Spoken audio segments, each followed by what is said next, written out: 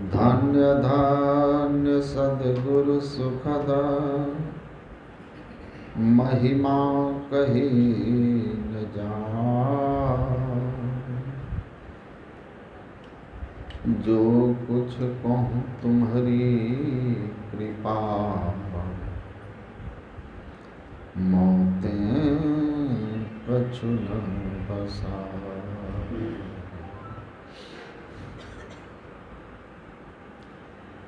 मंचासीन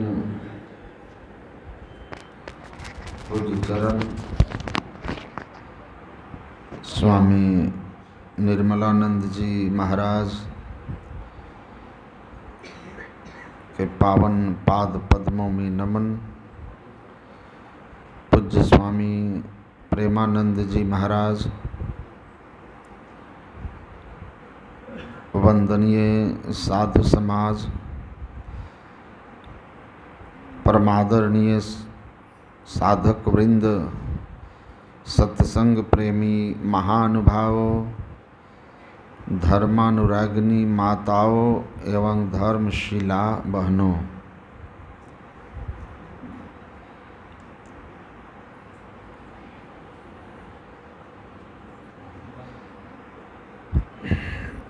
हम लोग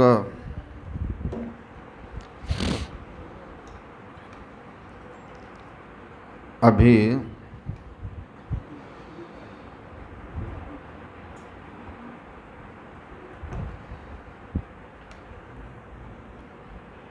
हमारे परमात्मीय विद्वान प्रोफेसर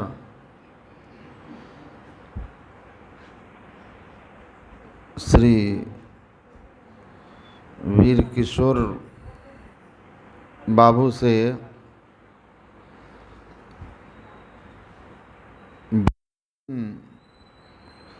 स्वामी मोती बाबा के संबंध में एक बहुत ही गंभीर बात सुनी, जिस का संबंध आज के इस पाठ से है।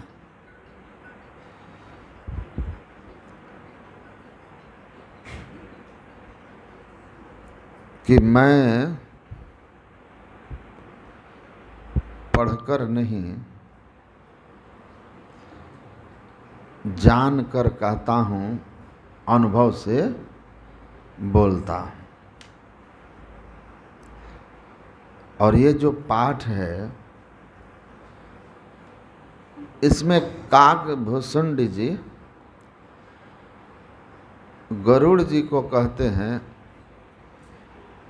ये लाइट थोड़ा तिरछा कीजिए।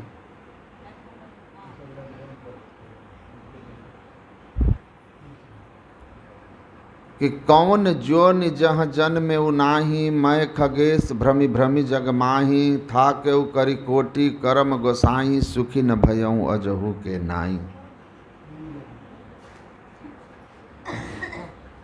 कहते हैं गरुड़ जी,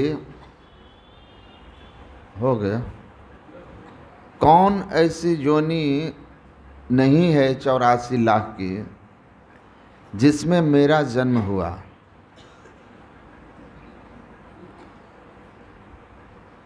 सब में हुआ और सब योनि में हमने अनेकों प्रकार के यत्न किए, साधन किए, अपने जीवन को सुखी करने का, लेकिन मैं सुखी नहीं हुआ।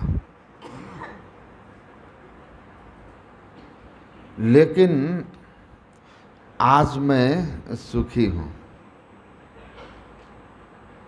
अब मैं सुखी हूँ। और ये जो मुझे सुख मिला, ये कैसे मिला, ये आपको समझा देता हूँ। ये जो कुछ कह रहा हूँ, ये मेरा अपना अनुभव है। अनेक उपाय से सुखी नहीं हुआ, लेकिन आज सुखी हूँ। तो कैसे? तो निज अनुभव अब कहूँ खगेशा, अब बिनु हरि भजन न जाहे कलेसा। कहते हैं मैं आपको अपना अनुभव सुना रहा हूँ। बिना परमात्मा की भक्ति के कोई सुखी नहीं होता। मैंने करोड़ों उपाय करके देखा, नहीं हुआ। परमात्मा की भक्ति की, सुखी हो गया। ये मेरा अनुभव है।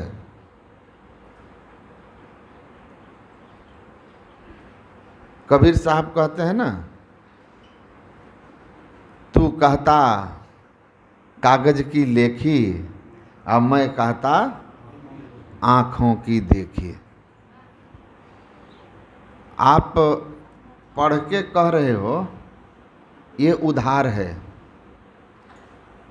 ये ज्ञान आपको अगर पढ़ के कह रहे हो ग्रंथ, या किसी से सुन के कह रहे हो, तो ये श्रवण ज्ञान है। ये जो आप सुन के जानते हो, पढ़ के जानते हो, ये श्रवण ज्ञान में ही आता है। पढ़ना भी श्रवण ही है।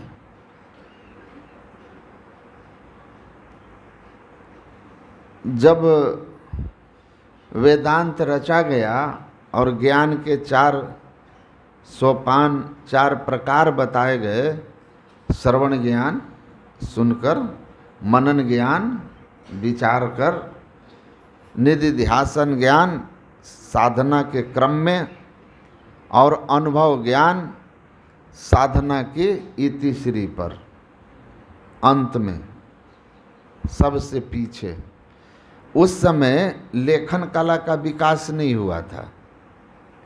वेदों को इसलिए श्रुति कहते हैं क्योंकि सुन सुन करके गुरु शिष्य परंपरा से याद रखा जाता था। इसलिए श्रवण ज्ञान ही कहा गया, क्योंकि लिपि ही नहीं थी तो ग्रंथ लिखित नहीं थे, तो पढ़ने का उसमें शामिल कहाँ से किया जाता। और ये 4 सोपान जो बताए वेदांत ने, ये तब बता दिया था जब लेखन कला का विकास भी नहीं हुआ था। इसलिए आप पढ़ के जानो, स्वाध्याय से जानो, वह भी उधार का ही ज्ञान होता है। किसी के अनुभव हम सुन पढ़ करके जानते हैं कि सुख जो है परमात्मा की भक्ति में है।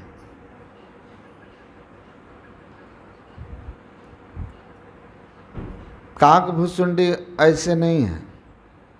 काक भुसुंडी अनुभव है, अनुभव है। वो साधन करके सुखी हो गए हैं। हरि भक्ति से उनके जीवन के सारे क्लेश जा चुके हैं, उनको अनुभव है। अब पलटू साहब कहते हैं, अनुभव प्रकाश भया जिनका तिन्हीं की बात प्रमाण है जी।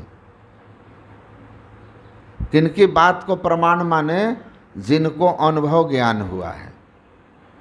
आत्म स्वरूप का, ईश्वर के स्वरूप का, ईश्वर का जिसको ज्ञान हुआ है, अनुभूति हो गई है, उसी का बात प्रमाण है।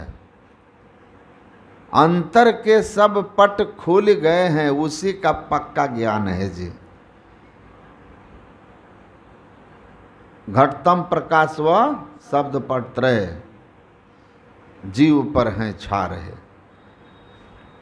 कर दृष्टि और ध्वनि योग साधन ये हटाना चाहिए। जो अपने अंदर के तीनों पटों को सद्गुरु की सदयुक्ति से दृष्टि योग और नाद योग की क्रिया के द्वारा हटा दिया है, कहते हैं उसी का पक्का ज्ञान है जी। उनका ज्ञान पक्का है, उनको कोई हिला नहीं सकता है। गुरु तेग बहादुर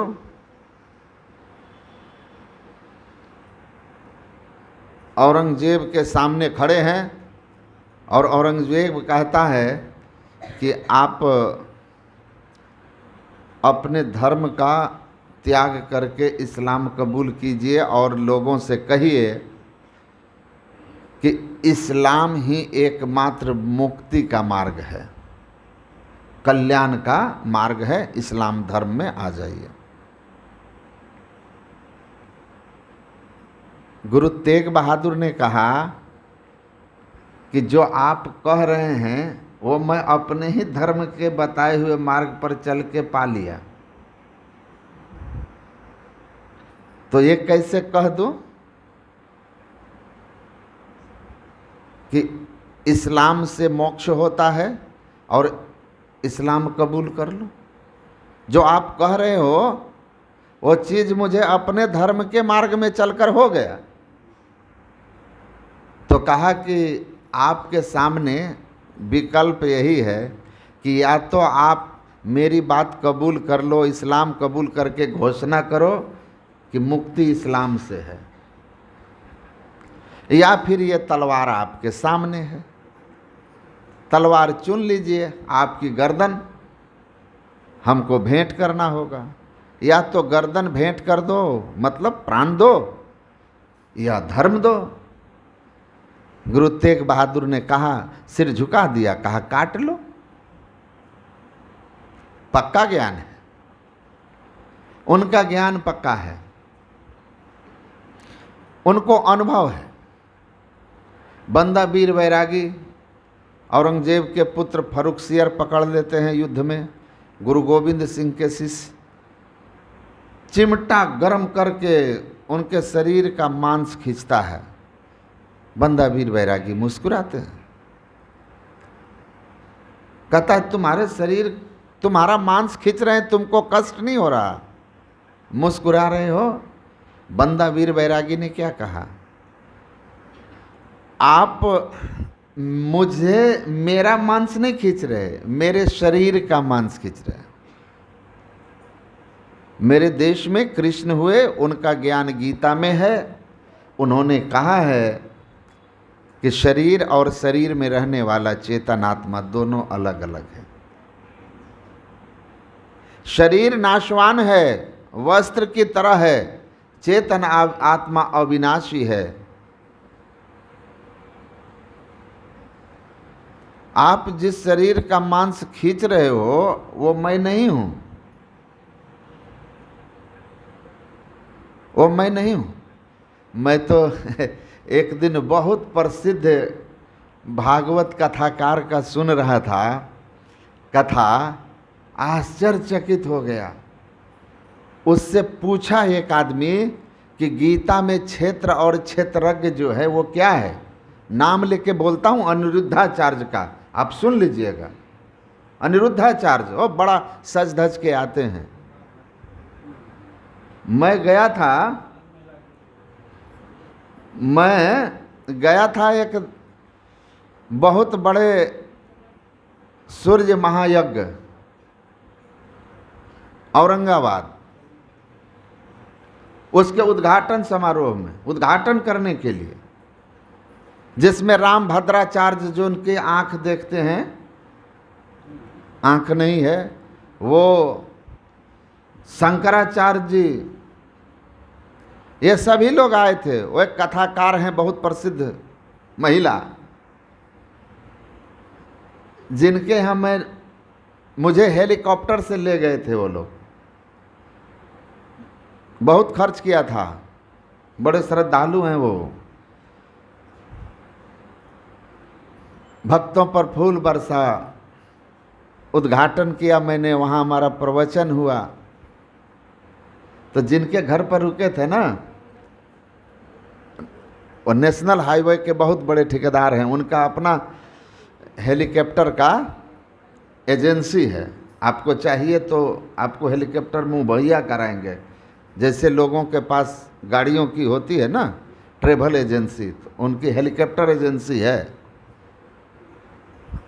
तो वो हम लोग भोजन करने गए तो दो लेडी भी वहाँ भोजन करने के लिए आई थी।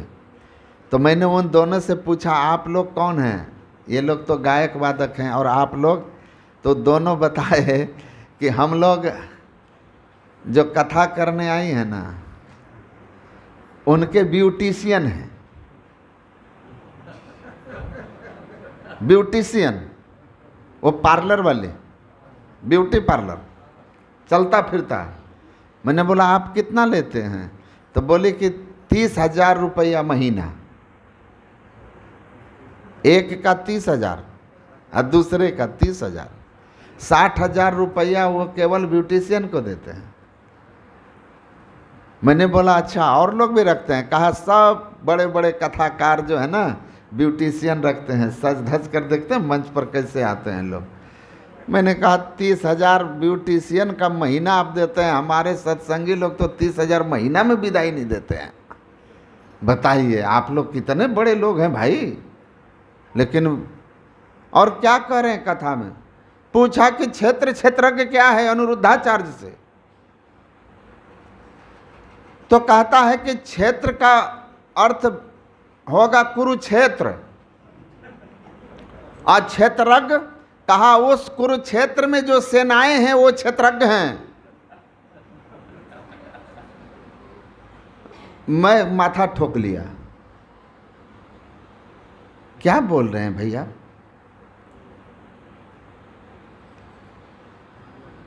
भगवान कृष्ण कहते हैं इदम शरीरम कौन्तेय क्षेत्र मित्य विधीयते। इस शरीर को क्षेत्र कहते हैं। क्षेत्रज्ञं चापि माम विद्धि सर्व क्षेत्रेषु भारत। अहे अर्जुन, इस शरीर में क्षेत्रज्ञ के रूप में मुझे ही जानो, क्योंकि मैं ही सबके अंदर चेतन रूप में हूँ, ज्ञानमय पदार्थ के रूप में हूँ। ईश्वर अंश जीव अविनाशी, कौन है वो जीव? ममेवान से जीव लोक के जीव भूत सनातन, मेरा ही सनातन अंश शरीर में जब आबद्ध होता है तो वह जीव कहलाता है। इसलिए क्षेत्रज्ञ तुम मुझे ही जान। शरीर में रहने वाले ज्ञानमय चेतन आत्मा को क्षेत्रज्ञ कहा है, और शरीर को क्षेत्र। और वो कह रहा है कि कुरुक्षेत्र क्षेत्र है और उसमें जो सेना है वह क्षेत्रज्ञ है। लेकिन उनके चार्ज हैं 15 लाख रुपया 7 दिन का। हम जाएंगे ना कल 4 दिन के बाद, देखते हैं कौ % देते हैं, है ना? समझ रहे हैं ना आप? लेकिन उनको बहुत, वो बड़े महंगे हैं, क्योंकि संसार में बिकता ही वही है जिसकी मार्केटिंग है। चाहे डिटर्जेंट पाउडर कह के राख बेच लो, आप राख बेच दिया डिटर्जेंट पाउडर कह के, यही तो मार्केटिंग है, यही मार्केटिंग है।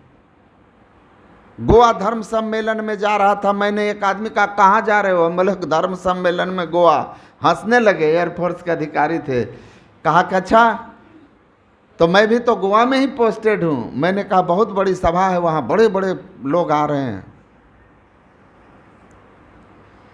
कहा कि आप लोगों को लोग जानते कहाँ हैं महाराज? जिनकी 1-2 आश्रम है, गौशाला है, वृद्धाश्रम है, जो रोजगार है, जो रोजगार है धन कमाने का साधन है, उनका नाम देश विदेश में है। और आपकी इतनी बड़ी संस्था है, छोटे बड़े सैकड़ों आश्रम हैं आपके, लेकिन आप लोगों का देश में भी लोग नहीं जानते हैं। तो मैंने कहा बात तो आप सही कहते हैं, ऐसा क्यों है? तो मैंने उनको कहा कि आप जिन लोगों को कह रहे हैं ना बड़े नामी गिरामी हैं, ये सारे लोग मीडिया मेड संत हैं, महापुरुष हैं, मीडिया मेड। इनके पास धन है, बड़े बड़े चैनलों पर पैसा दे करके अपना प्रचार करते हैं, आते हैं, लोग जल्दी जान लेते हैं, इनको मीडिया संत बना देता है, और फिर वही मीडिया एक दिन मिट्टी में मिला देता है। तो मीडिया मेड सेंट है ना, ये पैराशूटर्स लोग हैं। पैराशूट से आदमी तुरंत हवाई जहाज से ऊपर जाता है, लेकिन पैराशूट से जब जंप करेंगे ना आप तो नीचे आएंगे। तो ये पैराशूटर्स लोग हैं, एकदम उड़े ऊपर और वहाँ से कूदेंगे नीचे। कुछ दिन इनकी चलती रहती है, फिर ये नेपथ्य में चले जाते हैं। और मैंने कहा दूसरे संत होते हैं ग्रास रूटर, जो वास्तव में संत होते हैं, जो अनुभव ज्ञान किए हुए होते हैं। वो धीरे धीरे पेड़ पौधा देखते हैं, धीरे धीरे पड़े अपनी जड़ें जमाता है, फिर ऊपर की ओर उठता है, ऊपर की ओर उठता है। जितना नीचे जड़ मजबूत, जितना नींव मजबूत करेगा, उतनी ऊंची उसकी बिल्डिंग होगी। तो मैंने कहा हमारे सदगुरु महाराज जो हैं वो ग्रास रूटर हैं, वो मीडिया मेड नहीं हैं, वो गुफा मेड हैं। गुफा मेड, कुप्पा घाट की गुफा में साधना करके संत बने हैं। इसलिए धीरे धीरे धीरे धीरे जड़ें मजबूत हुई और अब धीरे धीरे देश विदेश में लोग जानने लगे हैं। तो मीडिया न उनको बनाया है, न मीडिया कभी उनको मिटा सकेगा। साधना है, अनुभव है। तो संतों का बंदा वीर बैरागी कहता है गीता है, उसमें क्षेत्र क्षेत्रज्ञ का ज्ञान है। शरीर क्षेत्र है, उसमें रहने वाली चेतनात्मा ज्ञान में तत्व क्षेत्रज्ञ है, जो ईश्वर का अंश है, जो अपने आप में आनंद स्वरूप है, कल्याण स्वरूप है, ज्ञान स्वरूप है, सुख स्वरूप है। हे फर्रुखसियर, मेरा ये ग्रंथ का ज्ञान मात्र नहीं है, मैंने अपने गुरु की कृपा से क्षेत्र और क्षेत्रज्ञ दोनों को अलग अलग जान लिया है। इसलिए क्षेत्र को तुम कितना ही छेड़छाड़ कर लो, मैं क्षेत्रज्ञ उनसे मुक्त हूं। उसका पक्का ज्ञान है, उसको हिला नहीं सका। गुरु महाराज क्या कहते हैं? मैं संत मत को समझते समझते समझ गया, मैं इसमें इतना दृढ़ हूं कि कोई मुझे हिला नहीं सकता। आप हिला ही नहीं सकते। तुम नाना करते रहो, हम हाँ हाँ करते रहेंगे और तुम हार जाओगे। क्यों हार जाओगे? कि मैं ही जो अनुभव ज्ञान हो, अनुमान क्या करे। सारे दुनिया के उल्लू एक तरफ हो करके घोषणा कर दें सूर्य नहीं है, लेकिन कोई हंस इस बात को कभी स्वीकार नहीं करेगा, क्योंकि हंस के पास दृष्टि है, सूर्य को देख रहा है। इसलिए मैं कहता आँखन की देखी, उसको कोई कागज की लेखी हिला सकता है? तो कहा उसे का पक्का ज्ञान है जी। तीन लोक प्रवृत्ति की बात कहे, उसका तेज कैसा जैसे भानु है जी। पलटू जगत को पीठ देवे, नहीं संत होना आसान है जी। जन्म लग जाते हैं संतत्व प्राप्त करने में, लेकिन जिसको अनुभव हुआ उनका ज्ञान पक्का है, पक्का है। संत कबीर साहब कहते हैं, जाको अनुभव आग लगी, कसमल सकल जरी तन भीतर ऐसी प्रेम पगी। बिन मसी लिखे कलम बिनु कागद, आगद निगम तत्सारा। अब ब्रह्म रूपनी भेद विचारे, प्रेम रतन की धारा। जाको अनुभव आग लगी, कसमल सकल जरी तन भीतर ऐसी प्रेम पगी। कहा जिसको अनुभव ज्ञान हो गया, अनुभव की अग्नि प्रज्वलित हो गई, उसके अंदर के सारे विकार जल के भस्म हो गए। षड विकार जित अनघ अकामा, अचल अकिंचन सूचि सुख धामा। संत हैं, सुख के धाम है।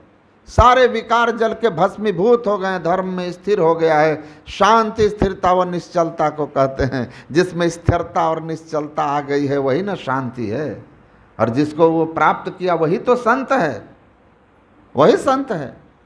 सारा कसमल, कोई विकार नहीं।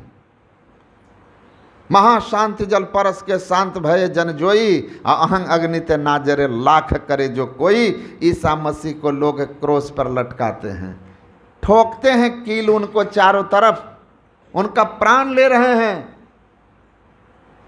और ईसा मसीह परमात्मा से क्या कहते हैं? हे मेरे पिता, इन्हें क्षमा कर देना, ये नहीं जानते हैं क्या कर रहे हैं, कैसा पाप कर रहे हैं। मंसूर के हाथ पैर सब काट लिया। वो कहते थे अनहलक अहम ब्रह्मास्मि, मैं ब्रह्म हूँ, क्योंकि अनुभव था उनको। तद ब्रह्म हम न संशय विद्यते हृदय ग्रंथि छिद्यन्ते सर्व संशया छियन्ते चास कर्माणि तस्मिन् दृष्टि परावरे। अपने हृदय की अज्ञान ग्रंथि, जड़ और चेतन की ग्रंथि, स्थूल सूक्ष्म कारण महाकारण, इन 4 जड़ावरणों से अपनी चेतन आत्मा को जो मुक्त करके अज्ञान हृदय ग्रंथि को अंतर ज्योति अंतर्नाद के साधना से मुक्त कर लिया, उस परम तत्व परमात्मा को देखकर उसके सारे संशय छिन्न भिन्न हो गए।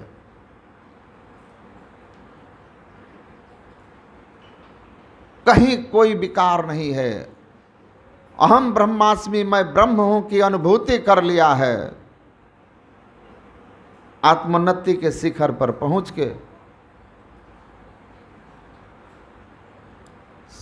हाथ पैर सब काट लिया। वो कहता था मैं ब्रह्म हूं। कहा लोग ये इस्लाम विरोधी बात बोल रहा है। ये हमेशा होता है। सूफी कहेंगे मैं ब्रह्म हूं, संत कहेंगे मैं ब्रह्म हूं, तुम साधन करो ब्रह्म हो जाओगे। लेकिन कर्मकांडी सभी धर्म में होंगे जो कहेंगे कि आदमी होके ब्रह्म की बात कह रहा है। इस देव मनुष्य को पूजता है लोग। संत की महिमा ग्रंथ में यथा गुरु तथा भेषज तथा भेषज तथा गुरु पूजनीयो महाभक्तो न भेदो विद्यते अनायः। वेद भगवान कहते हैं जो आत्मोन्नति के शिखर पर पहुंचे हुए संत हैं, गुरु अगर आप उनको मान करके, इष्ट मान करके, ईश्वर मान के पूजते हो तो कोई गलत नहीं करते हो, कोई गलत नहीं करते। शंकराचार्य स्वरूपानंद सरस्वती जी महाराज के कमरे में मैं गया था। उसी धर्म सम्मेलन में उन्होंने बुलाया मुझे। मैं गया, प्रणाम किया, बैठा। उन्होंने कहा मुझसे, अच्छा एक बात बताओ, इतने सारे देवी देवता हैं, ब्रह्मा विष्णु दुर्गा राम कृष्ण, इन सब के रहते हुए आपके संस्था में लोग महर्षि में ही को ही क्यों पूजते हैं, उन्हीं का ध्यान क्यों करते हैं, उन्हीं को इष्ट क्यों मानते हैं? मैंने कहा महाराज जी बहुत उत्तम सवाल आपने पूछा है। आप शंकराचार्य हैं, आपसे ज़्यादा कौन सनातन धर्म में, वैदिक धर्म में वेद के ज्ञान का प्रमाण है? मैं आपसे ही पूछ रहा हूँ, क्या संत सदगुरु को इष्ट मान करके, ईश्वर रूप मान करके, ईश्वर का सगुण रूप मान करके ध्यान पूजन करने की वैदिक मान्यता है कि नहीं है? वेद में सदगुरु को इष्ट मान लेना, ईश्वर रूप मान करके उनका पूजन ध्यान करने की मान्यता है कि नहीं है? ये कोई वेद के बाहर और हिंदू धर्म के बाहर की बात है? आप महाराज हमें समझाने की कृपा करें। स्वरूपानंद सरस्वती हंसने लगे। वो समझ गए कि जो मैं इससे पूछ रहा हूँ वही प्रश्न ये हम पर टाल दिया, हम पर फेंक दिया। वो शंकराचार्य हैं, उनको वेद उपनिषद सब कंठस्थ। उन्होंने कहा कि देखो, हंसते हुए कहा, सदगुरु को इष्ट मान करके, ईश्वर रूप मान करके इष्ट मानने की, पूजा अर्चन करने की वैदिक मान्यता अवश्य है, जरूर है। लेकिन आजकल बड़ा गुरुडम चला है। मतलब गुरु के नाम पर बहुत तरह के लोग हैं, आंख दाब के ब्रह्म दर्शन कराने, बड़ा गुरुडम है। तो मैंने कहा कि जी मैं अपने बारे में पूछ रहा हूँ, अपने गुरु जी के बारे में। तो उन्होंने कहा अगर गुरु शंकराचार्य, जगत गुरु शंकराचार्य, जो उन्होंने कहा, क्योंकि वो लोग शंकराचार्य को मानते हैं, उन्होंने कहा अगर आपके गुरु शंकराचार्य और महर्षि में ही जैसे हों तो उनको अवश्य ही ईश्वर मान करके पूजन करने की वैदिक मान्यता है, वैदिक मान्यता है।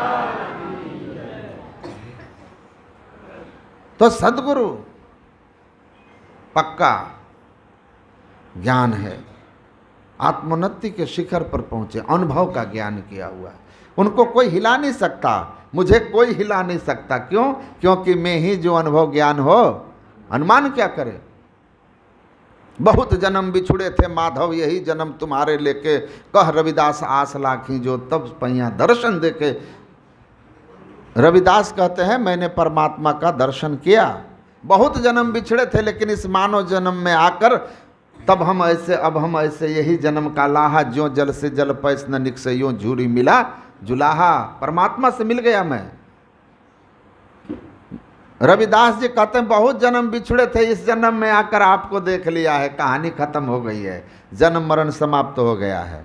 अनुभव है, दर्शन है। निज नैना देखे ही आँखी, तस तस तुलसी कह कह भाखी। अनुभव का ज्ञान है हमारा। तो अनुभव ज्ञान पक्का ज्ञान, हील डोल नहीं है उसमें। तो संतों ने अनुभव किया है, अनुभव करके जो गए उनका ज्ञान स्थिर है, और संसार को उन्होंने जो उपदेश किया है उस मार्ग पर जो चलेंगे उनका कल्याण होगा।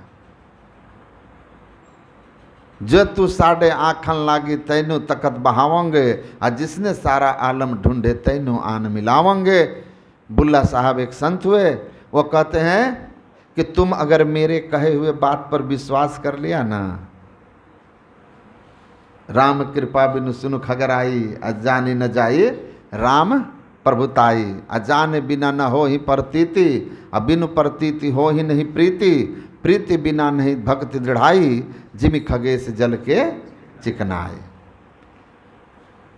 तो वो कहते हैं कि अगर आपने मेरी बात मान ली तो सुनो, संसार का पद तो ऐसा है कि आज मिला कल छूट जाएगा। हम तुमको ऐसे पद पर प्रतिष्ठित कर देंगे, ऐसी गद्दी पर बैठा देंगे, परम पद तुमको प्राप्त करा देंगे, जिस पद पर एक बार पहुंच गए तो फिर पदच्युत नहीं होगे, भूतपूर्व नहीं होगे। और ये पद कहीं बाहर नहीं, सारी दुनिया जिसको बाहर ढूंढ रही है, मैं तुमको तुम्हारे ही शरीर के अंदर में उनसे परिचय करा दूंगा, परिचय करा दूंगा। क्योंकि उन्होंने अपने अंदर में परिचय कर लिया है। इसलिए कबीर साहब और जितने संत हुए एक मत होकर कहे कि आपको संत सदगुरु की बताई हुई सदयुक्ति से साधना करनी है, क्योंकि बिना गुरु हो ही की ज्ञान। लेकिन सबसे पहले है कि आपको सुनना होगा। सुनेंगे, समझेंगे, श्रवण ज्ञान लीजिए, मनन ज्ञान लीजिए, मनन कीजिए, और तब युक्ति लेकर के साधना में लग जाइए। साधना करते करते भीतर के सब पट हट जाएंगे आपके, और परमात्मा की प्रत्यक्षीकरण आपको हो जाएगा।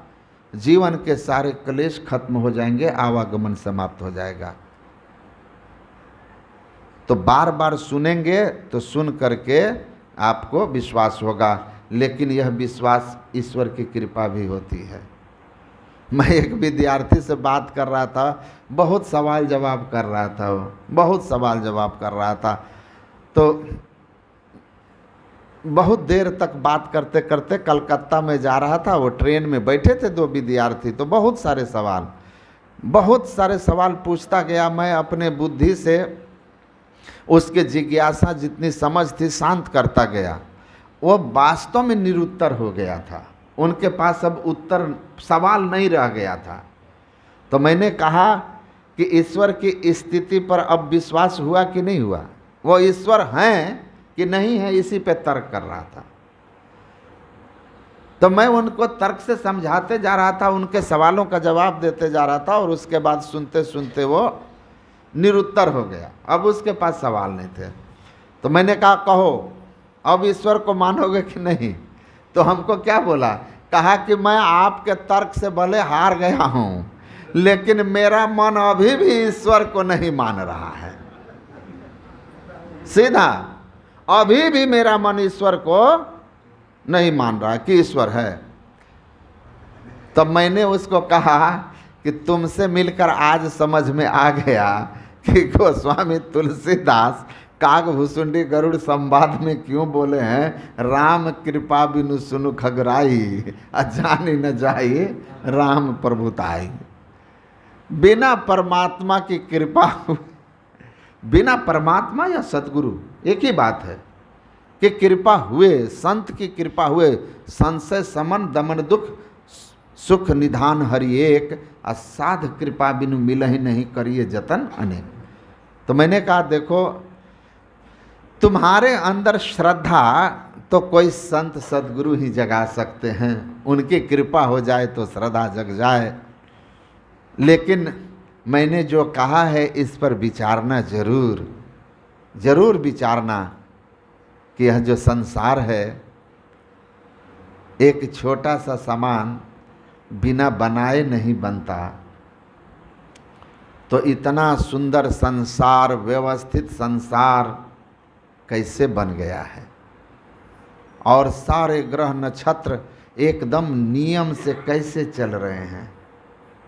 तभी न कहा एक महान यंत्र की नाई परिचालित होता रहता है। तो कैसे है, विचारना इस पर। सहजो कार्य जगत के गुरु बिन पूरे नहीं। एक छोटा सा काम भी बिना गुरु के नहीं होता। तो परमात्मा बिना गुरु के मिल जाएंगे, परमात्मा की भक्ति हो जाएगी, ये संभव नहीं है। इसलिए बिना गुरु के ज्ञान नहीं होता है। गुरु ज्ञानांजन सच्ची नेत्र पाइया, अंतरि चानना अज्ञान अंधेर गंवाइया।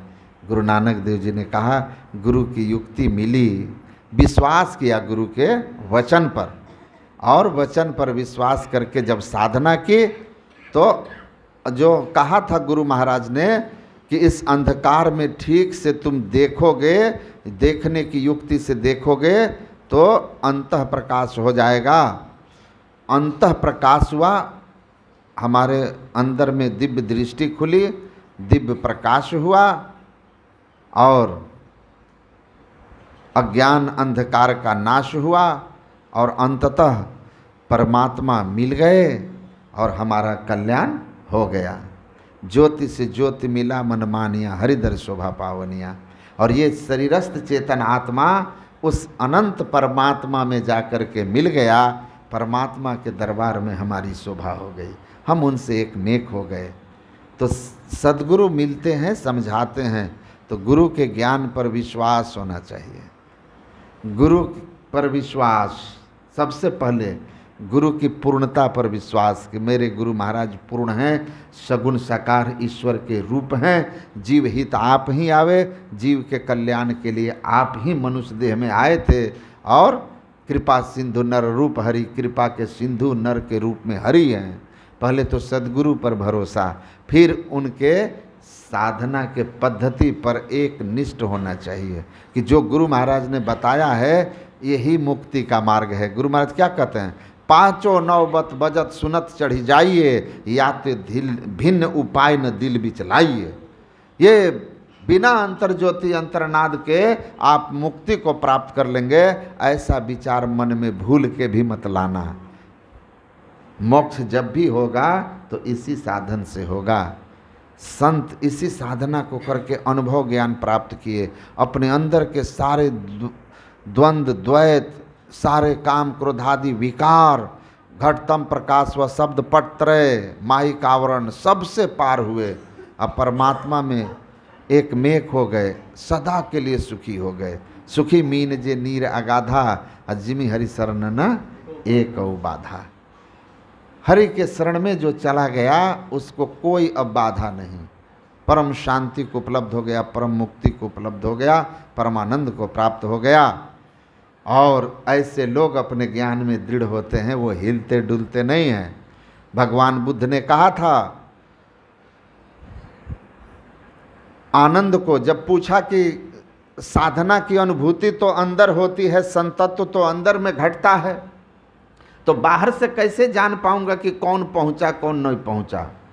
तो भगवान बुद्ध ने कहा था कि यह सच है कि बाहर से किसी की पूर्णता और अपूर्णता को समझ पाना कठिन है, लेकिन हे आनंद, जिस पेड़ के नीचे बैठे हो इसमें आम फला है, अभी ये आम कच्चा है, इसका रंग हरा है, इसको छुओगे तो कठोर होगा, कड़ा होगा, ठोस होगा, और खाओगे तो खट्टा होगा।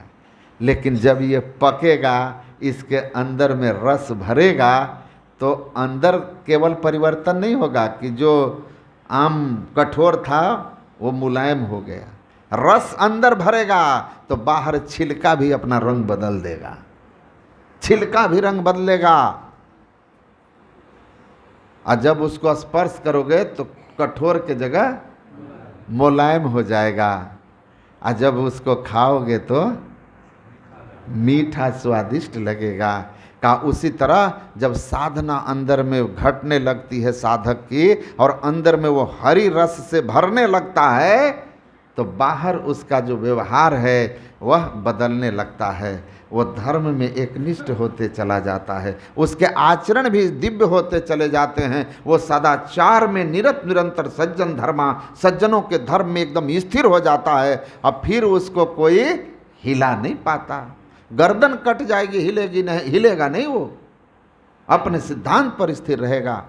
और ऐसे महापुरुष को तुम कष्ट भी दोगे तो बड़े मुलायम होते हैं, मुलायम होंगे वो। आप उनको गालियां दोगे लेकिन वो शांत रहेंगे, कठोर नहीं होंगे। उनकी वाणी तुम्हारे लिए श्राप देने वाली नहीं होगी। गुरु महाराज को जो जलाकर मारने की कोशिश किया था, उसके लिए जब लोगों ने कहा कि आप तो इसको श्राप दे के खत्म कर दीजिए, तो गुरु महाराज ने कहा था कि वो अज्ञानता में ऐसा किया है, मैं उसे श्राप दे करके संत परंपरा को बदनाम नहीं करूंगा, मैं तो दुआ करूंगा कि उसकी बुद्धि सद्बुद्धि हो जाए। ये मुलायम पना कहाँ से आती है? ये संत मुलायम हो जाते हैं और मीठे हो जाते हैं, मधुर हो जाते हैं, सत्य सुहाता बोलते हैं। जैसा बोलते हैं वैसा आचरण में रहते हैं।